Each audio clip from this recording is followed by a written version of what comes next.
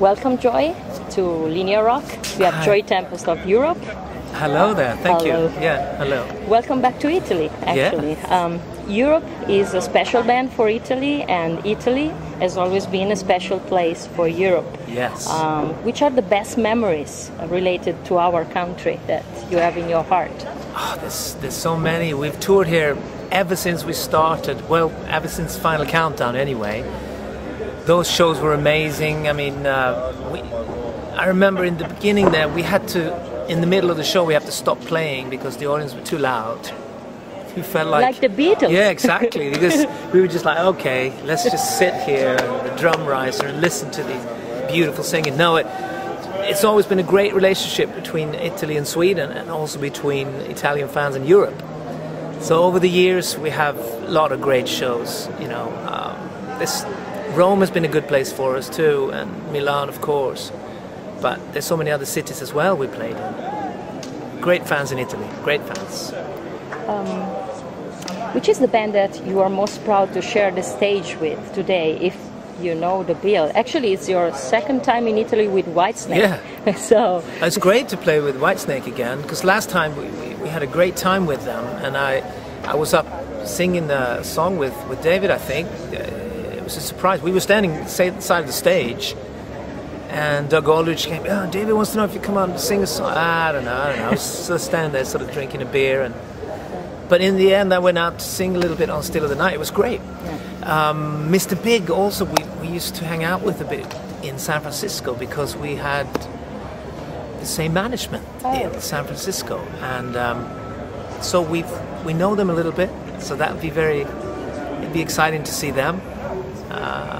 So you're going we met Rob Halford as well. It was a long time ago now, but it's a very nice.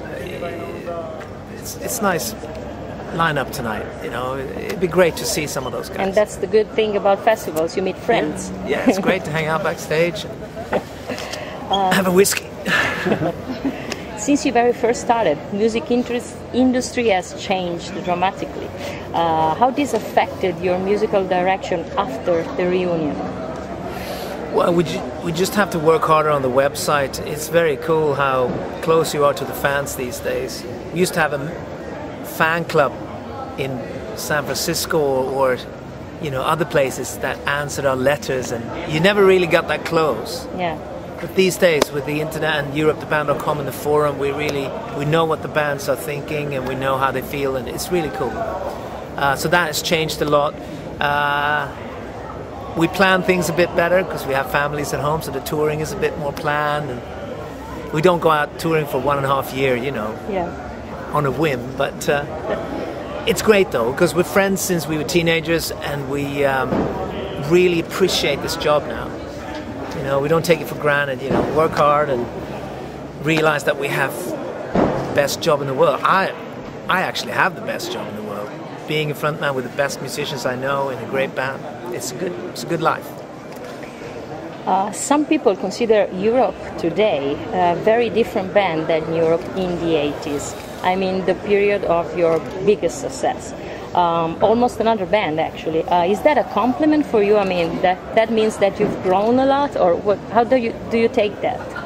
Well, I think the decision was in 2003 was to try to create something interesting again, not just do a reunion tour or something.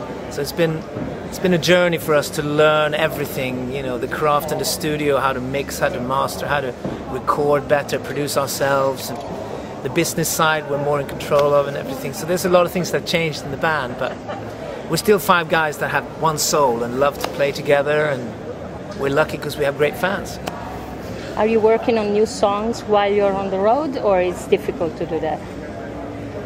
Yeah, sometimes we work on the road. I like to separate it too, but you can come up with some ideas on the road. But we have 2 or 3 ideas for the next album, and it's very early yet, but we're going to the studio in October and release it maybe April next year, something like that. And so it's non-stop for you from now and on. We've been touring a lot on Last Look at Eden, and it's been the album that refuses to die. You know, we've been touring 1.5 years, and It's great though. It's been the most important album since the Final Countdown for us. Last Ingredient has been very good to us. Really connected with fans again, and with the media as well. So there was the Beatles and the Rolling Stones, Deep Purple and Led Zeppelin, and in the 80s Europe and Bon Jovi. Did you ever think about touring with Bon Jovi, and there's ever been a certain kind of competition between you guys, I mean Europe and Bon Jovi, in a sense, or it's just a press and fans thing? The press made a big deal out of it, I think, in Europe anyway. But I met John maybe 3 or 4 or 5 times maybe, and we get along fine. Okay.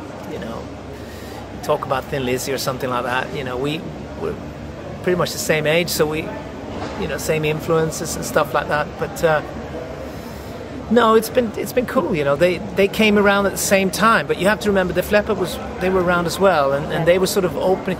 Def Leppard opened a lot of doors when they started working with Mutt Lange, and it really inspired bands like us and Bon Jovi and everything, because you saw what was possible. I mean, Def Leppard was sort of really a bit ahead of the other bands, you know. So they were important as well.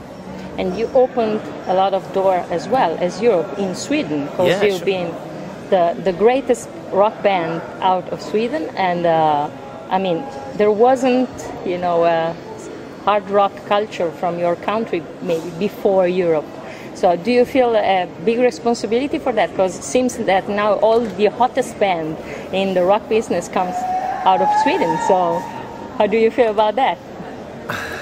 Yeah, it's kind of flattering, because a lot of bands come up to us now, and it could be really heavy bands or blues bands or whatever, and they sort of come out now and say, well, you know, I used to listen to those first 2 Europe albums, and they sort of, we've opened a lot of doors as a rock band, because before us there were more pop bands that have reached out, like ABBA and stuff, but we were the first guitar-based band, and sort of made it possible. And that's what it's about, you know. You look at another artist and you look at someone and you see that something is possible. That makes you dream harder, you know, and then you go for what you want. You know. The opening notes to the Final Countdown has become one of the most famous intros of all time. It's been used countless sporting events, movies as well, and a lot of airplay in classic radios all over the world. So it's definitely a classic with capital letters.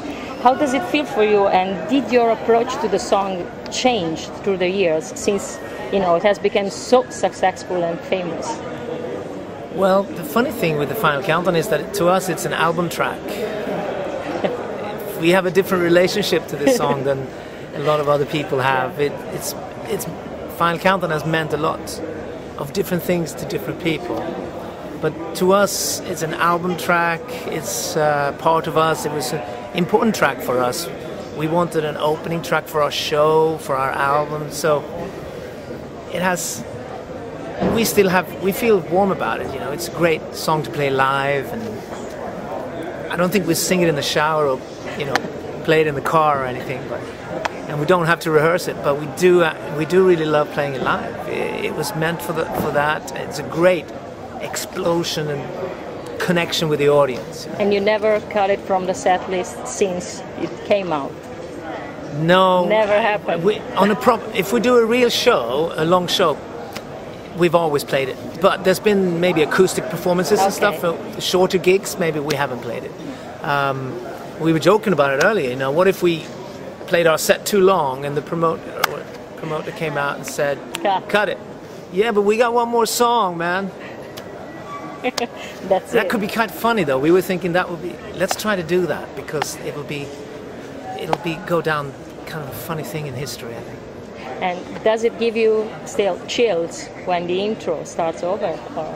Yeah, it always. At that stage of the show, at the end, I'm just another planet anyway, and that sort of just sends us off completely to another dimension, you know.